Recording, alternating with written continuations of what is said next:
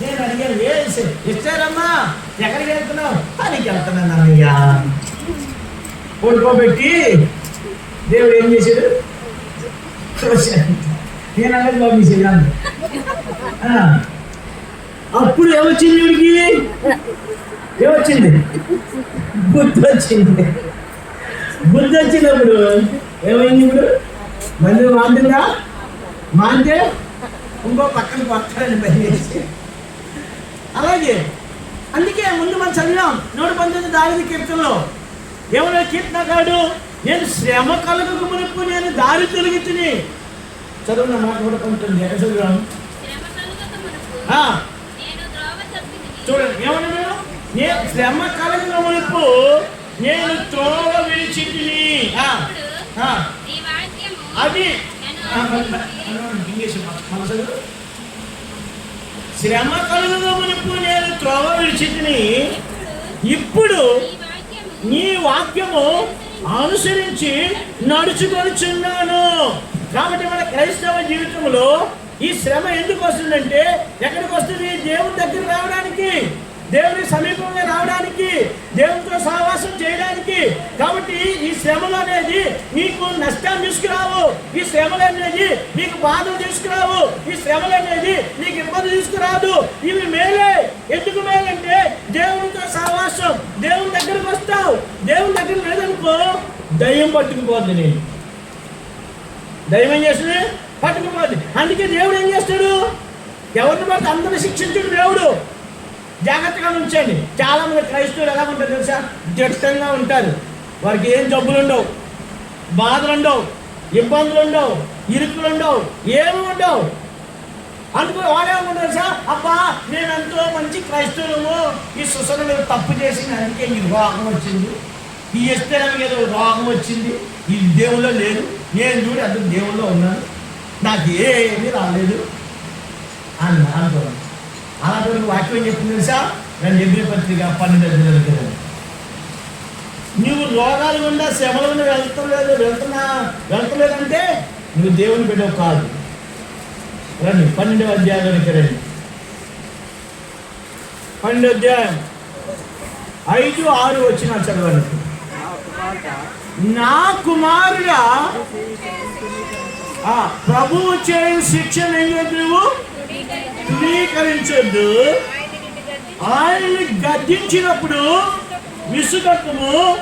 ప్రభువు తాను ప్రేమించు వారిని శిక్షించి తాను స్వీకరించు ప్రతి కుమారుని దండించు.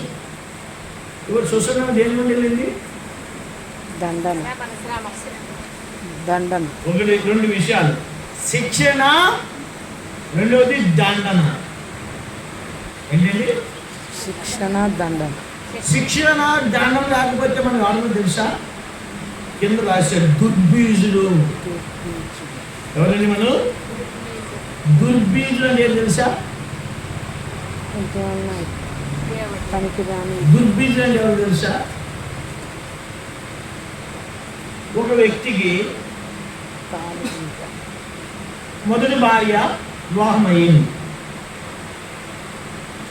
ఆడు దారి తప్పి రెండో దాన్ని, అందమైన దాన్ని ఉంచుకున్నాడు. ఈ మొదటి భార్యకి నల్ల కొడుకు పుట్టాడు. రెండో భార్య అందంగా ఉంది కనుక దాని కొడుకు ఎర్రగా మతాబులా ఉన్నాడు.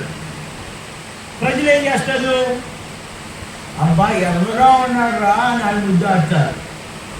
కానీ ఈ సొసైటీలో నల్లగా ఉన్నవాడికి విలువ ఉంటుందా? ఎర్రగా ఉన్నవాడికి విలువ ఉంటుందా? మొహం ఉంచుకున్నాను కొడుకు విలువ ఉంటుందా? దాన్ని చెప్పేది అలా ఉంటుంది. ఉంచుకున్నాను కొడుకు విలువ ఉంటుందా? నన్ను చెప్తున్నాను. ఎర్రగా ఉన్నా, ఆడ అందంగా ఉన్నా ఏమంటారు? ఇవే అది ఉంచుకున్నా దాని కొడుకురా అంటారు. ఆ నల్లతోడు ఎక్కడికి వెళ్ళి మొసిబొగ్గుగా ఉన్నా సరే, మొసిబొగ్గులాగా ఉన్నా ఏమవుతాడు? చెప్పండి. మంచోడు. మరే ఈ పలానుడు కొడుకురా అంటారు. ఎవరని? పలానుడు కొడుకురా అంటారు. ఇంకొకరు ఏమంటారు? అదే కొడుకు ఆడేది అనుకో. నల్లతోడు ఎక్కడ పెళ్ళికెళ్ళాడండి, రాగానే నలటోడు అంటాడురా, ఒరే పలానాడు కొడుకు వచ్చారా అంటారు. మరి రెండోడు చూసేమంటారు, ఒరే గుంచుకున్నాడు కొడుకు వచ్చారా అంటారు. ఏది ఉంది? కానీ దరిద్రుడు చూసి ఆడవాళ్ళు మొదటి భార్య కంటే రెండో భార్య కూడా ఇష్టపడుతుంటారు. ఈ దరిద్రుడు ఒక దుర్బీజులు. ఎవరండి? దుర్బీజులు అంటే అర్థమైంది, శిక్ష గుండా నువ్వు వెళ్ళట్లేదు అంటే నువ్వు అస్సలు భార్య కూతురు కాదు, ఎవరి కొడుకు కాదు. ఎవరి? దుర్బీజ్ అంటే వేశ్య సంతానం. వేశ్య సంతానానికి ఎప్పుడు కూడా ఏముండదు, విలువ ఉండదు. వాళ్ళకి ఎక్కడ విలువ ఉండదు. జాగ్రత్త మీరు గమనించాను.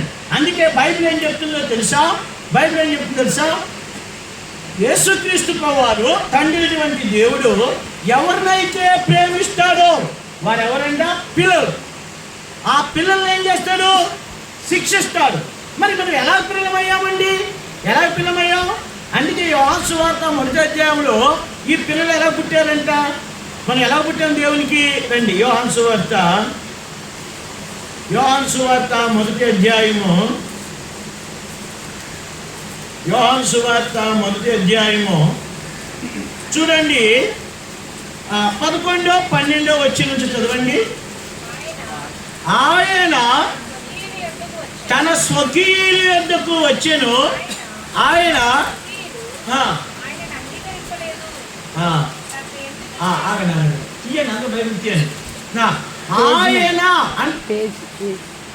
ఆయన అంటే ఎవరు? యేసుక్రీస్తు ప్రభువారు. యేసుక్రీస్తు గురించి ఇంట్రడక్షన్ చెప్పాడు మరి యోహాను భక్తుడు. ఆదియందు వాక్యం ఉండెను, వాక్యము దేవుని యొద్ద ఉండెను, వాక్యము దేవుడైనది. ఆది అందు ఎవరున్నారు? యేసుక్రీస్తు ప్రభువారు ఉన్నారు. యేసుక్రీస్తు ప్రభువారు ఎవరున్నారు? తండ్రి దగ్గర ఉన్నారు. యేసుక్రీస్తు ప్రభువారు ఏమైనారు? దేవుడై ఉన్నారు. ఆ దేవుడు ఎక్కడికి వచ్చాడంట? ఎక్కడికి వచ్చాడు? స్వకీయులు అనగా ఆ వాక్యము శరీరధారి అయి, అంటే వాక్యం ఏమైంది? ఇప్పుడు యేసుక్రీస్తుగా లోకానికి వచ్చింది, శరీరం దాల్చుకుని వచ్చింది. కాబట్టి యేసుక్రీస్తు ప్రభువారు నిజమైన దేవుడు. యేసుక్రీస్తు ప్రభువారు పాపుల రక్షకుడు. యేసుక్రీస్తు ప్రభువారు జీవము గల దేవుడు. యేసుక్రీస్తులో జీవముంది, వెలుగైనది. ఆయన అందరికంటే పైనటువంటి వాడు. ఆయన వాక్యమైన దేవుడు కనుక ఆయన ఎక్కడికి వచ్చాడు? శరీరం ధరించుకుని ఎక్కడికి వచ్చాడు? స్వకీయ. దేవుడికి కూడా చుట్టాలన్నా తెలుసా? దేవుడికి ఉన్న దేశం ఉంది. ఏ దేశం దేవుడికి ఉన్న దేశం? ఇశ్రాయేల్ దేశం. ఎవరు చుట్టాలు? ఇశ్రాయేల్ ప్రజలు ఆయన చుట్టాలు. ఆయన తన స్వకీయులకు వచ్చాడు. ఆ స్వకీయులు ఏమన్నారంటే, నువ్వు మాకు వద్దు బాబు. ఏమొద్దు అన్నారు? ఈ వెలుగు మాకు వద్దు, మేము చీకట్లోనే బతుకుతాం. ఈరోజు లోకంలో చూడండి, యేసు ప్రభువారు గొప్పోడేనండి, కానీ యేసయ్య దగ్గరికి వస్తే మేము బతకలేమని అంటారు. ఎందుకు? యేసు ప్రభువారి దగ్గరికి వస్తే తాగుడు మానలేడాడు, యేసు ప్రభువారి దగ్గరికి వస్తే వ్యభిచారం మానలేడాడు, యేసు ప్రభువారి దగ్గరికి వస్తే పత్యం చేయాలి. ఏం చేయాలి? పత్యం చేయాలి. పచ్చకాలం పత్యం చేయకపోతే ఏమవుతాడు? పచ్చకాలం వచ్చాడుతో మంచి కోడి మాంసం, నాటుకోడి పెట్టారు. మీరు ఏం చేయలేడు? అబ్బాయి ఎంత మంచి శాలమ్మా, ఎంత మంచి భోజనం పెట్టావు శాలమ్మా. నువ్వు ఇష్టం లేకుండా బాట ఇచ్చావు, తినకుండా సచ్చారండి. ఇవన్నీ ఉన్నాయా? ఏమైంది? తింటాడు ఏమైపోతాడు? పచ్చకామన్నాడు ఏమన్నాడు? బాబాయ్ ఈ కోడి మాంసం మాకు వద్దు, ఈ మటన్ మాకు వద్దు, కనీసం గుడ్డు కూడా మాకు వద్దురా నాయన. వీళ్ళేమంటారు? ఆయన సంకల్పం ఏమవుతుంది? ఆడు తిన్నాడు అనుకో ఏమవుద్ది? ఆడు తపాకట్టేస్తాడు, వీడు బాగానే ఉంటాడు. అయితే యేసుక్రీస్తు ప్రభువారి దగ్గరికి వచ్చిన తర్వాత కూడా పత్యం చేయాలి. ఎందుకు పత్యం? ఆయన పరిశుద్ధుడు. అందుకే పరిశుద్ధంగా జీవించాలి. ఎవరైతే పరిశుద్ధంగా జీవిస్తారో వారిని దేవుడు జీవిస్తాడు. అందుకనే పరిశుద్ధత లేకపోతే శిక్ష వస్తుంది. ఆదివారం మానేయడమే పాపం. ఎన్ని ఆదివారాలు మానేసిన పాపం అమ్మగారు? శాంతమ్మ గుర్తు తప్పుకొని మా ఇస్తేరమ్మ గారు కనబట్టి జాగ్రత్త. వాళ్ళిద్దరి జీవితాలు ఉన్నాయి. మీరు కూడా దేవుణ్ణి అలా చేస్తే మరలా మీ ఇంట్లో కూడా కొత్తగా మీటింగ్ పెట్టాల్సి వస్తుంది. నాకు అంతేనా? వాళ్ళని అడగండి, దేవుడి చేతిలో పడుట ఏంటమ్మా కనీసం నేను ఇస్తానమ్మా ఏంటి? దేవుడికి ఒక చేతిలో ఏముంటుంది తెలుసా? పరమాన్నం ఉంటుంది ఒక చేతిలో ఏముంటుంది? కత్తి ఉంటుంది. ఇవో కోరుకోవాలి. ఏం కోరుకోవాలి? అది ఆశీర్వాదం కావాలా, శాపం కావాలా అంటే మనమేమంటాం? దేవుడికి అనుకరణ దేవుడు కనుక పొలం వెళ్ళిపోయినా పర్వాలేదు, బియ్యం మానేసిన పర్వాలేదు, ప్రార్థన మానేసిన పర్వాలేదు, యేసయ్య క్షమించంటే చాలు అంటే క్షమిస్తాడు. కానీ ఏం చేస్తాడు? చరుస్తాడు. ఏం చేస్తాడు? చరుస్తాడు. పాపం ఎందుకు సరిపించుకున్నారు. వాళ్ళకన్నా ముందు నన్ను ఎక్కువ సరిచేది కానీ నేను అధ్యాయం కూడా వెళ్ళాను. అయితే ఈ శ్రమల గుండా నువ్వు వెళ్తున్నప్పుడు నువ్వు బుద్ధి తెచ్చుకుని దేవుని సమీపంలో వస్తావు చూడు, నష్టానంతటిని ఆశీర్వాదంగా మారుస్తావు. నువ్వెంత నష్టపోయావో, నీ ఎంత ఆరోగ్యం పోయిందో, ఎంత ఇబ్బందులు వెళ్ళావో అవన్నీ కూడా రెండింటి ఆశీర్వాదాలు దేవుడు నింపుతాడు. ఎందుకు తెలుసా? నువ్వంటే దేవునికి ఇష్టం. యేసుప్రభువు వారికి మనం అంటే ఎంత ఇష్టం అండి చెప్పు. ఇంకా ప్రాణం పెట్టాను. ఈ రోజుల్లో ప్రేమించుకుంటారు కదా, ప్రేమించుకున్న వాళ్ళు ఏం చెప్తారు? వచ్చి ఏం చెప్తారు? మా బోయేది కూడా ఆడరు అనుకో అయ్యో నువ్వు బోయేసు, నువ్వు లేకపోతే బతకలేని బోయేసు, నువ్వంటే నాకు చాలా ఇష్టం బోయేసు, నువ్వు లేకపోతే చచ్చిపోతాను బోయేసు. ఈ పిచ్చి మొహం ఏమనుకుంటుంది? వీడు చెప్పేయని అన్ని ఆయన పట్టుకుని వెళ్తాడు. 2 రోజుల తర్వాత ఎంత మంచోడో తెలుస్తుంది. ఒక సొక్కేసి నాకు పీకింగ్ తీస్తే అప్పుడు లవ్వు లేదు, పోవు లేదు. అయ్యో మా అమ్మ ఎంత చెప్పిందిరా, మా సేవకులు గారు ఎన్ని చెప్పారురా. చాలామంది ఉన్నారు, 20 మంది ఉన్నారు. అయ్యో మా సేవకుడు గారి మాట నేను ఎలా వినకపోతుంది అన్నారు. కాలిపోయిన తర్వాత మళ్ళీ వస్తుందా చెప్పండి. కానీ మన ప్రేమ గల దేవుడు అలాంటి వాడు కాదు. ఆ ప్రేమ గల దేవుడు ఏ ప్రేమతో ప్రేమిస్తాడో తెలుసా? శాశ్వతమైన ప్రేమ. మన తల్లిదండ్రుల కంటే, మన బంధువుల కంటే, రక్త సంబంధుల కంటే, లోకంలో ఉన్న వారందరికంటే ఎలా ప్రేమిస్తాడు? ఆయన శాశ్వతమైన ప్రేమతో ప్రేమించాడు. అందుకే ఆయన తన స్వకీయులకు వచ్చాడు. కానీ స్వకీయులు ఆయన ఏం చేయలేదు, అంగీకరించరా, మాకొద్దు, నువ్వు వెళ్ళిపో అన్నారు. అప్పుడు యేసుప్రభువు వారు ఏమన్నారు తెలుసా? వచ్చాను, వెనక్కి వెళ్ళలేదు. నా స్వకీయులకు వచ్చాను, వాళ్ళని నా దగ్గర రానిలేదు. కానీ నాకు వేరే వాళ్ళు ఉన్నారు. ఎవరాళ్ళు? ఇశ్రాయేలీయుల దగ్గరికి వెళ్ళాడు. ఎవరాళ్ళు? అన్యులు. అంటే మనము అప్పుడు దేవుడు ఏం చేసింటే ఇశ్రాయేలు దగ్గరికి వెళ్ళారు. ఇశ్రాయేలు రాని లేదు, మాకొద్దు, యేసుప్రభువు మాకొద్దు అన్నారు. ఇప్పుడు అన్యుల దగ్గరికి వచ్చారు, అన్యులు చేర్చుకున్నారు. ఇప్పుడు అక్కడ రాశాడు ఏంటంటే చదవండి 12 వచ్చినప్పుడు, తన్ను ఎందరు అంగీకరించిరో వారికందరికీ అనగా తన నామమునందు విశ్వాసం ఉంచిన వారికి దేవుని పిల్లలకు అధికారం ఇచ్చాడు. చూడండి, ఇశ్రాయేలు ప్రజలకి అధికారం లేదు. ఎందుకంటే యేసుక్రీస్తు మాకు వద్దు, యేసు నామములో మాకు శక్తి వద్దు, మేము ఎలాగ బ్రతుకుతాం, ఈ చీకట్లోనే ఉంటాం, ఈ పాపంలోనే ఉంటాం, ఈ పత్రంలోనే ఉంటాం, మాకు వద్దు అన్నారు. ఆయన్ని త్రోసివేస్తే ఆయన ఎక్కడికి వచ్చాడు తెలుసా? మన దగ్గరికి వచ్చాడు. మన దగ్గరికి వస్తే మనం ఏం చేసాం? ఆయన్ని స్వీకరించాం. అప్పుడు అక్కడ రాశాడు ఏమనండి, ఎందరు అంగీకరించిరో ఆయన మనం ఏం చేసాం? యేసుక్రీస్తు నిజమైన దేవుడిని అంగీకరించాం. మనం మన రక్షకుడిని అంగీకరించాం, పాపాన్ని విమోచించడం అంగీకరించాం, నా సృష్టికర్తని అంగీకరించాం. మనం ఇప్పుడు మనం ఏమైపోయాం? ఆయన పిల్లలు. చెప్పాలి, ఏమైపోయాం మనం? ఆయన పిల్లలు అయిపోయాం. దేవుని పిల్లలు అయిపోయాం. అయ్యారా ఉండదా? డౌట్ ఏమైనా ఉందా? ఏమోనండి, అగ్ని ఉండొచ్చండి, అవప్పుడు ఉండొచ్చండి, కొంత సర్పం ఉందండి మా దగ్గర, కొంత మనిషి అండి. అయితే దేవుని సంతానం అవ్వాలి, లేదా సర్ప సంతానం అవ్వాలి. తలేమో మనుషుడిది, తోకేమో పాముది అనుకోండి. అలాంటి అంటారు మనం. యేసుక్రీస్తుని అంగీకరించిన మనమందరము ఒరే దొరకదా అంగీకరించిన మనము ఏమయ్యో దేవుని పిల్లలు. ఎలా పుట్టాము చదవండి, కింద వచ్చి 13 వచ్చి. వారు చూడకి రాసేవాడు. వారు అంటే నీవు నేను ఎవరమైనా మనం వారు దేవుని వల్ల పుట్టిన వారే గాని రక్తము వల్లైనను శరీరేచ్ఛ వల్లైనను మనుష్యేచ్ఛ వల్లైనను పుట్టిన వారు కారు. ఎవరు? దేవుని చేత శిక్షించబడే పిల్లలు.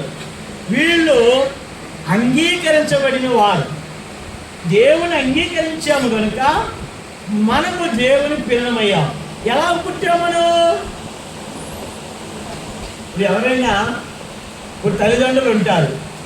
మా అమ్మ ఏమనేది వీడు నా రక్తము అంటాడు, మా నాన్న ఏమంటాడు నా కొడుకు నా రక్తం అంటాడు కదా. శరీరేచ్ఛ వల్ల కదా వివాహం అయిన తర్వాత పిల్లలు పుడతారు. శరీరేచ్ఛ వల్ల మనుష్యేచ్ఛ వల్ల రక్తము వల్ల పిల్లలు పుడతారు. కానీ ఇది ఆత్మీయమైన పుట్టుక. ఈ ఆత్మీయమైన పుట్టుక ఎలాంటి తెలుసా? శరీరేచ్ఛ కాదు, మనుష్యేచ్ఛ కాదు, రక్తంలో పుట్టిన వారు కాదు. ఎవరిలో పుట్టినవారు? మనం దేవుని మూలంగా పుట్టినవాడు.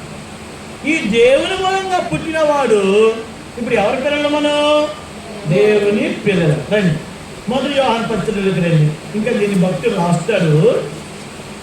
1 యోహాను పత్రిక 3వ అధ్యాయము 9వ వచనం. దేవుని మూలంగా పుట్టిన ప్రతి వానిలో ఆయన బీజము నిలుచును కనుక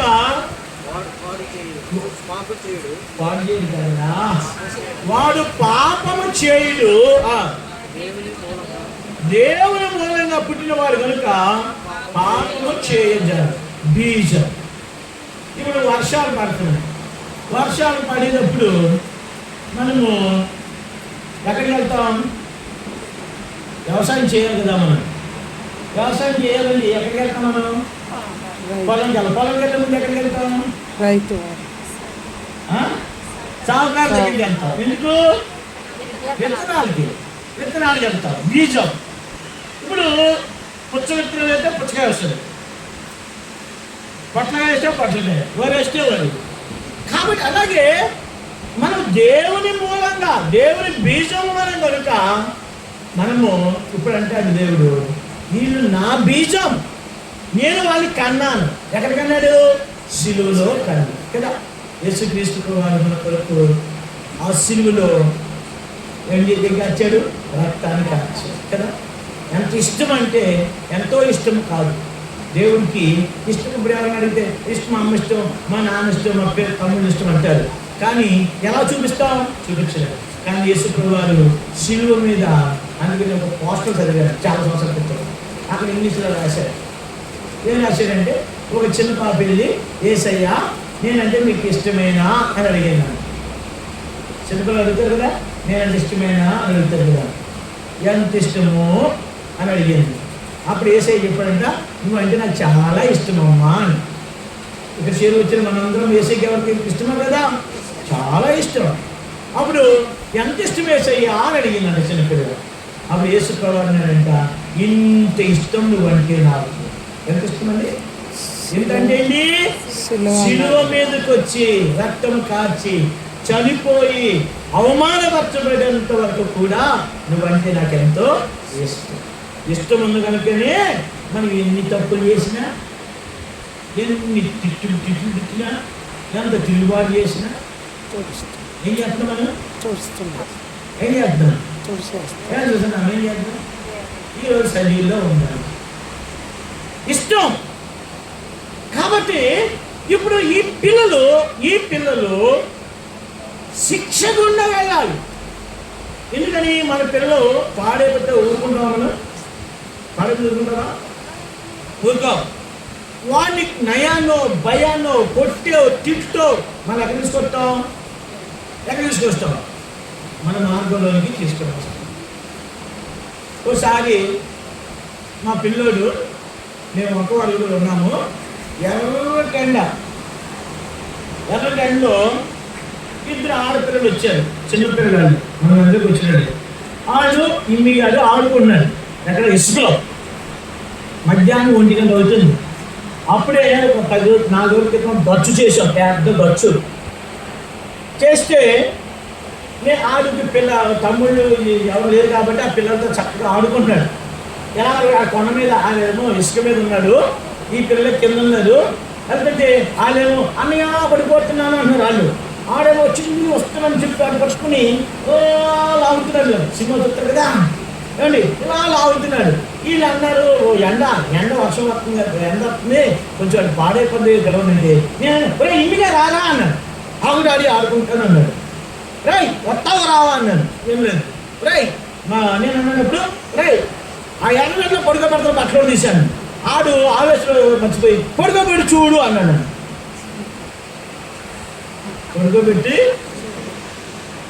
పడుకోబెడతాను లేదా అసలే నేను దాంట్లో బట్టలో ఓడ తీసి ఒక్కసారి పడుకోబెడితే డాడీ అన్నాడు. 3 రోజులు జ్వరం వచ్చేసి హాస్పిటల్లో. అప్పటి నుంచి ఇప్పుడు ఎందుకు చెప్పరు సరే. అందుకే మీ పిల్లలకు అలా చేయండి, జ్వరం వచ్చినా పర్వాలేదు. అదేమినాడు మాట. అలాగే దేవుడు చూస్తున్నాము చెప్పారు, ఉరకండి పనులు ఉంటాయి. వాక్యం ద్వారా చెప్పాడు సరే. ఏం లేదు, చివరికి ఏం చేశాడు? ఆ హాస్పిటల్కి అర్థంగా పడుకోబెడితే కానీ దేవుడి విలువ తెలియదు కదా మిత్రులు. కరెంటు వేడి అంటే మనం ఇక్కడ జ్ఞాపకం చేసుకోవాల్సింది ఏంటంటే, అయితే మరి కోపంతో చేశాడంటావా దేవుడు? కోపంతో చెయ్యాలి, ప్రేమతో చేశాడు. మీరంటే దేవుడికి ఇష్టం. నా జీవితంలో నేను కూడా చెప్తాను. 2009వ సంవత్సరం రానంత వరకు కూడా 2004లో నేను వచ్చాను సేవకి. ఇక్కడికి 2000లో సేవకు వచ్చాను. మహాకోపం ఉంటుంది. చాలా ఎవరి బయట నిలువ చెప్తుండ్రు. నా దాటి తట్టుకోలేక వంకవాళ్ళు వచ్చినప్పుడు కూడా ఒక రోజు లంకాలు 10 పంచేరికి వెళ్తున్నాను. సాయంకాలం 8 గంటలకు కొట్టలేదు, సాయంకాలం 5 గంటలకు వెళ్ళాలి బండి మీద. నేనేమో టైం అంటే టైమే. నేను రెడీ అయిపోయి 5 గంటలకు రెడీ అయిపోయి బట్టలు వేసుకొని ఉన్నాను. ఇప్పుడు ఇంకా సర్దుతుంది. ఒక్క అరిపరిచాను. వచ్చి బండి ఎక్కేసి ఎక్కిన వెళ్ళిపోయాము. రాత్రి ఇక్కడ బండి ఎక్కేసాము, వాకింగ్ చెప్పేసాము. పొద్దున చూస్తే చెప్పులు ఒక చెప్పు వేసుకొచ్చేసి నా దానికి తట్టుకోలేక మర్చిపోయి చేసింది వచ్చేసి. సరే వచ్చింది, అయిపోయింది, వస్తున్నాం. ఢిల్లీ సెంటర్కి వచ్చాము. టిఫిన్ ఎవరు చేసుకుంటారు, ఇంటికి వెళ్ళి చేసుకున్నామా అన్న. ఇంకా కోపం తగ్గదు నాకు. టిఫిన్ కావాలని చెప్పి ఆమెను దించాను, టిఫిన్ కొన్నాను, బండి స్టార్ట్ చేశాను, వెళ్ళిపోయాను. నేనేమో ఎక్కేసింది అనుకున్నాను. కొంత దూరం వెళ్ళిపోయాం, 1 కిలోమీటర్ వెళ్ళిపోయాను. ఆవేశం వెళ్ళిపోయింది కదా. వెళ్ళిపోతే అప్పుడు మేస్త్రి కనబడ్డాడు. ఆడు మా పని చేసి ఎగ్గొట్టు మేస్త్రి. ఆడు నాకు కనబడ్డాడు. ఆడు చూసి కోపం వచ్చి చూడు దగ్గర ఆడు ఎలా ఉన్నాడు అని చూస్తే అక్కలేదు. ఓడి దేవుడు ఎక్కడ పడిపోయిందేమోరా, చచ్చిందో బతికిందో బాబు అనుకుంటూ వెనక మళ్ళీ తిప్పుకుంటూ వాటర్లోకి వచ్చి నవ్వుకుంటూ కనబడింది. అంత కోపిస్తుంది. ఒకసారి ఏదో బాధ వచ్చింది ఆవిడ మీద. ఒక టన్ను బీడు అంత దూరపోయింది. సంఘస్థులు కూడా చాలా భయపడేవారు. అలాంటిది 2009లో ఈ అంకనుడు వచ్చి ఒక 2 రోజులు ప్రార్థన చేసి అడుగు గుండా వెళ్ళాం. నేను ఒక ముసలాయన ఎక్కడ దోమకుట్టిందో దోమకుట్టేసింది. 2009లో సెలబ్రేట్ మలేరియా వచ్చింది. డెంగ్యూ వ్యాధి, కళ్ళంతా రక్తం పడిపోయింది, బ్లడ్ మోషన్స్ అవుతున్నాయి. తీసుకెళ్ళి బాబురావు గారి దగ్గరికి పెడితే తగ్గల. బాబురావు నుంచి జంగాలను పెట్టారు తగ్గల.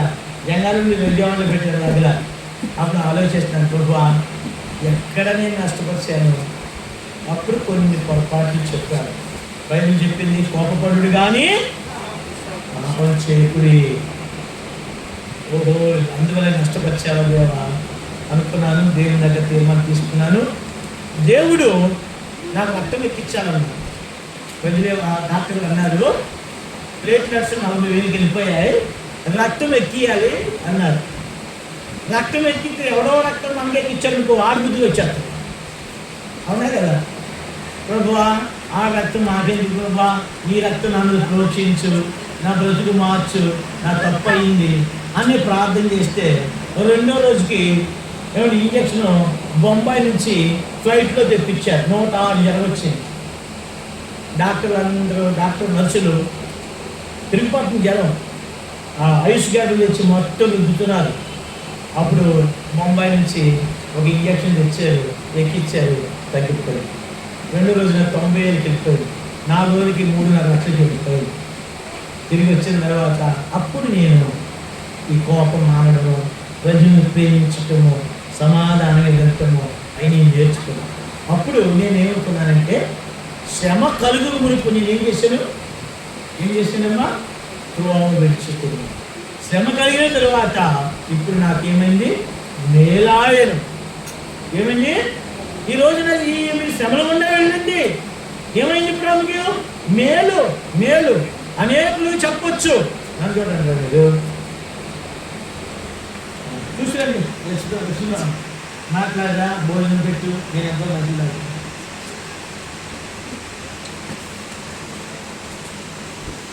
ఏమన్నా ఉందా? ఇంకా చూడండి రా, వెళ్ళిపోతాను కానీ నేను వెళ్ళిపోను కదా. పిలుపు గారు అయిపోయింది ఏమన్నా?